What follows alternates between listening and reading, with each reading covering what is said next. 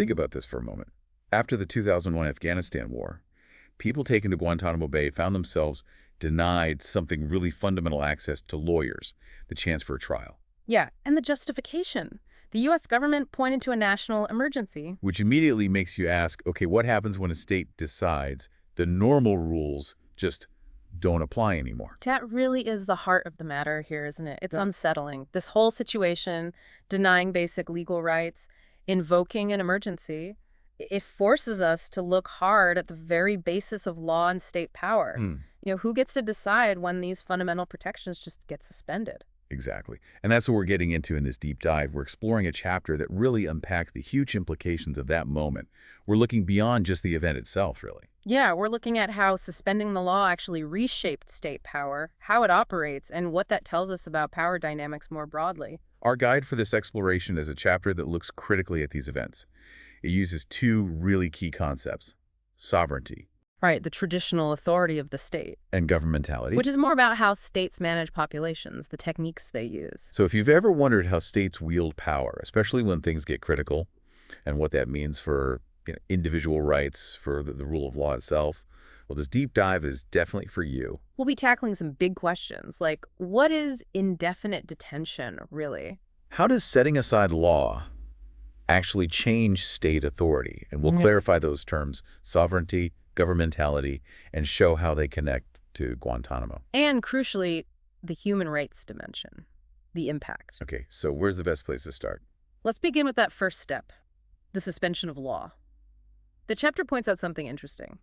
The U.S. government actually acknowledged that technically the Taliban were covered by the Geneva Accord. Right. But at the same time, they declared that no one detained at Guantanamo, Taliban included, would get prisoner of war status. Which meant denying them all the rights that come with that status, like legal counsel, repatriation. Exactly. Their argument, essentially, was that the Geneva Convention wasn't really designed for this specific type of conflict. A new kind of war needed new rules, or maybe no rules. Well, it certainly opened the door for indefinite detention, the idea that the U.S. could just hold people indefinitely without trial simply because they were deemed a potential threat.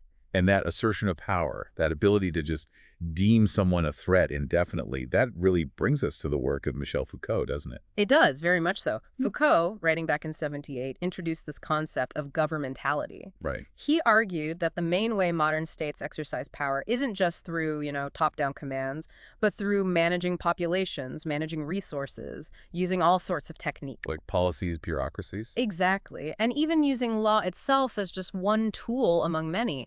He kind of suggested this governmentality had become more central than traditional sovereignty. So traditional sovereignty is like the ultimate authority, the thing that gives law its legitimacy, guarantees representation. Historically, yes. But Foucault was saying that governmentality, the day-to-day management, had become the more vital way power actually works now. Law becomes less about justice and more about tactics. That's a good way of thinking about it, yeah. A means to an end. But the chapter we're looking at adds a really important layer here, drawing on Judith Butler's work. Okay, what's the nuance there? Butler basically warns against seeing it as a simple replacement, like governmentality just takes over from sovereignty. She argues that sovereignty, maybe even in its more classic sense, can actually reemerge. It can pop back up within the framework of governmentality. So it's not a strict timeline where one ends and the other begins. Yeah. Sovereignty can kind of go quiet and then reappear with force. Precisely. Especially in moments like the suspension of law at Guantanamo. Our source argues that declaring a national emergency created the perfect conditions for sovereignty to surge back, right within those existing governmental structures. And how did that look in practice, this resurgence? It showed up as what's called prerogative power. You can think of it as the power of the executive branch, or even specific officials, to act, sort of, outside the normal legal checks and balances. Bypassing the separation of powers we usually expect. Exactly. Giving unilateral, final authority to certain individuals in these specific contexts. So the power to decide who gets detained, maybe who gets tried, and in what kind of process and for how long, that power rested with these officials, often without clear legal guidelines or ways to hold them accountable. That's the essence of it, and it changes the role of law itself. How so? Well, law wasn't necessarily treated as this binding framework that even the state had to follow. It became more like a flexible tool. Something you could use or bend or just set aside if it helped enhance the discretionary power of those in charge. Yes. By suspending or twisting the law, the state could reinforce its own authority and argue for its own necessity in dealing with the crisis. Which leads us to a really, really difficult question. Under what conditions do people basically lose their claim to basic human rights? The source makes us confront how the U.S. government defined those conditions for the Guantanamo detainees. And this is where the dehumanization aspect becomes incredibly stark. The chapter asks, point blank, did racial and ethnic biases factor into framing these individuals as somehow less than human, as outside that circle of protection? It seems to hinge on that power to deem someone dangerous.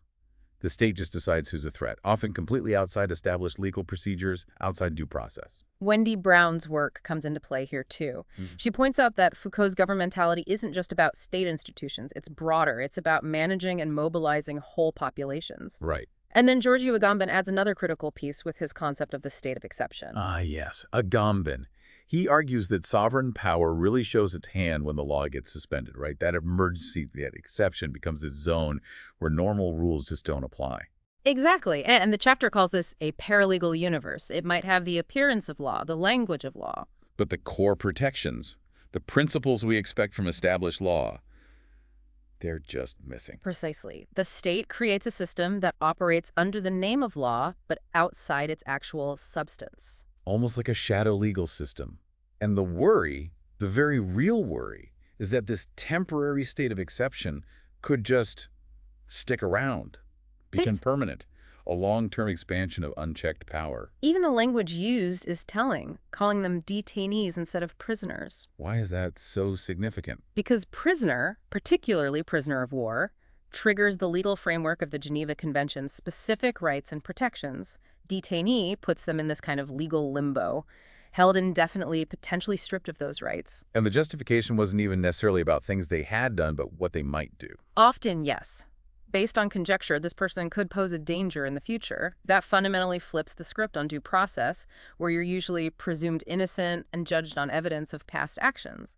And we saw this erosion of due process in things like the military tribunals, right, with the evidence standards. Absolutely. Allowing things like hearsay, which you'd almost never see in a regular court, as potentially valid evidence, that completely changes what a trial even means.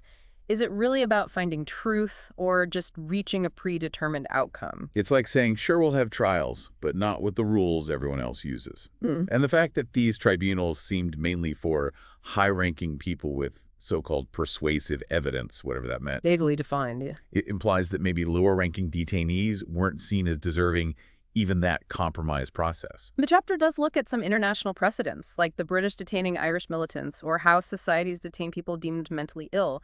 But it makes a crucial distinction. Which is? That those cases often rely on what's called executive or administrative deeming. It's a government official deciding, not necessarily a full judicial process with robust safeguards. And the comparison to mental institutions, that feels particularly problematic. It is. It draws this questionable link between suspected terrorists and the mentally ill. And it raises serious questions about Western assumptions, about how different beliefs or perceived threats are categorized and understood. Then there were the photos, the images of detainees shackled, restrained. Those images powerfully underscore this dehumanization. Whatever the intended message from the U.S. government control, victory, maybe. The global reaction was often quite different. Horror, moral outrage. People saw cruelty, a failure of basic dignity. Right. Instead of just seeing defeated enemies, many saw human beings stripped bare. The chapter calls this kind of imagery part of the bestialization of the human, portraying them as almost animalistic, driven by this innate urge to kill. And therefore outside the normal legal and ethical considerations we apply to humans. And framing the detention itself not as something that happens after a war, justice, trials, punishment, but as just part of the ongoing war. Exactly. And since the war on terror was declared as potentially endless, that provides the justification for potentially endless detention. No clear end in sight. So how did the government try to make all this seem legitimate? beyond just the immediate context. Well, this brings us to the idea that official acts themselves can take on an extra legal status. Sovereign power extends itself not just through force, but through language, through ambiguity, through what the chapter calls media performances. Like public statements that aren't quite formal legal arguments. Precisely. Think about the stance on the Geneva Convention. The U.S. would say its actions were consistent with the convention. But not that they were legally bound by it in this case. Exactly. It subtly undermines the binding power of international agreements. They essentially claim the right to use their own definition of humane treatment rather than the internationally accepted one. So again, law becomes instrumental, a tool to be picked up, put down, reshaped as needed by the state, rather than something the state is accountable to. Yes. And you saw this reflected in attitudes like Donald Rumsfeld's famous "I'm not a lawyer" comment, prioritizing, keeping dangerous people locked up over strict adherence to legal rights and procedures. The confusion over charges fits this too, doesn't it? Absolutely. Often there were no formal legal charges, just these internal, non-legal findings or determinations. And the military tribunals themselves looked like they could become this permanent judicial system created and run entirely by the executive outside the normal courts. The chapter also points out something important about the law itself, though, about its limitations. Right. Even the Geneva Convention, while aiming for universality, has its limits. It primarily gives clear protections to combatants from recognized nation-states. Which can leave people who are stateless or part of non-state groups in a much more vulnerable position legally. Yes. It raises that fundamental issue of who gets defined as a legitimate actor in a conflict and whose violence gets labeled terrorism, often by established states judging non-state actors. And the label Islamic extremist itself. The chapter suggests that carries its own risks of dehumanization. By potentially ignoring the huge diversity within Islam and applying this narrow, maybe culturally biased Western lens to define who counts as fully human. It feels like these events, these moments of deep disagreement and moral outcry, they really force us to question our own understanding of universal human rights. Are our definitions truly universal, or are they limited by our own perspectives? The idea of civilization can even be used as a way to draw lines, can't it? Defining the human based on a specific, often Western cultural norm, which then allows for the dehumanization of those outside it. Leading to what the chapter calls the spectrally human. Yes, individuals who exist in this weird twilight zone, not fully seen as human, and without clear legal rights or standing. Neither fully human nor fully protected by law. And the prison itself in this scenario becomes this space of intense managerial control, but untethered from the usual rules, law, trials, prisoner rights. It becomes about managing bodies and controlling futures, potentially shaping how we even think about law and politics moving forward. Okay, so let's bring it back to those core ideas. Sovereignty and governmentality. How do they look now after seeing what happened at Guantanamo? Well, what Guantanamo really demonstrates is this powerful reemergence of sovereign power. Right there at the executive level, and even among managers and officials, this seriously challenges Foucault's original idea that governmentality was smoothly replacing sovereignty. It seems like sovereignty in this case just trumped the established law. In a way, yes. You have individuals, often without clear accountability, being given this discretionary power to basically make up the rules as they go along in these specific circumstances. Foucault did distinguish between the art of government, which is about managing populations, and traditional sovereignty, which he saw as more focused on protecting the ruler's territory, the principality itself. And he noted sovereignty often aims primarily just to perpetuate his own power, that self-referring circularity. Right. Now, governmentality, by showing how law is used as a tactic to manage people, kind of disrupts the idea that sovereignty is the only legitimate source for law. But what we see at Guantanamo is something else again. It's like a lawless sovereign power operating inside the machinery of governmentality. Okay, break that down a bit. So the detention camp is clearly managing a population that's governmentality in action. But the power being asserted over them, the power over life, death, the suspension of rights that feels like a raw sovereign power reasserting itself. So sovereignty didn't disappear, it just got repurposed. Used as a tactic within governmentality. That's a really good way to put it. It's used to manage this population, to preserve the state's perceived security, but it does so by bypassing the usual questions about legitimacy and rights. So governmentality becomes the stage, the arena where sovereignty gets reanimated in these new, frankly, disturbing forms. Exactly. And a key part of managing this population involves defining them as not fully human. This desubjectivation, as the chapter calls it, has massive legal and political fallout. So, thinking about the bigger picture, Yeah. what are the normative implications here for rights, for the rule of law going forward? Well, the chapter clearly expresses this desire, this normative hope, really, for the state to be bound by law, a law that genuinely respects international human rights and puts real limits on that unchecked sovereign power. It stresses the importance of international standards, especially for people who are stateless or for groups fighting for self-determination. Yes, and the need to think about power operating in ways that go beyond just the nation state. If power works through multiple channels, maybe there are more places we can intervene to push back against dehumanization. And the idea that self-determination itself should be tied to, conditioned by, international human rights norms. Absolutely. And there's a real worry articulated in the text that this Guantanamo model, indefinite detention justified by endless emergency, could spread, that it could become a template used elsewhere, eroding international rights globally. Which means the work of human rights is never really done, is it?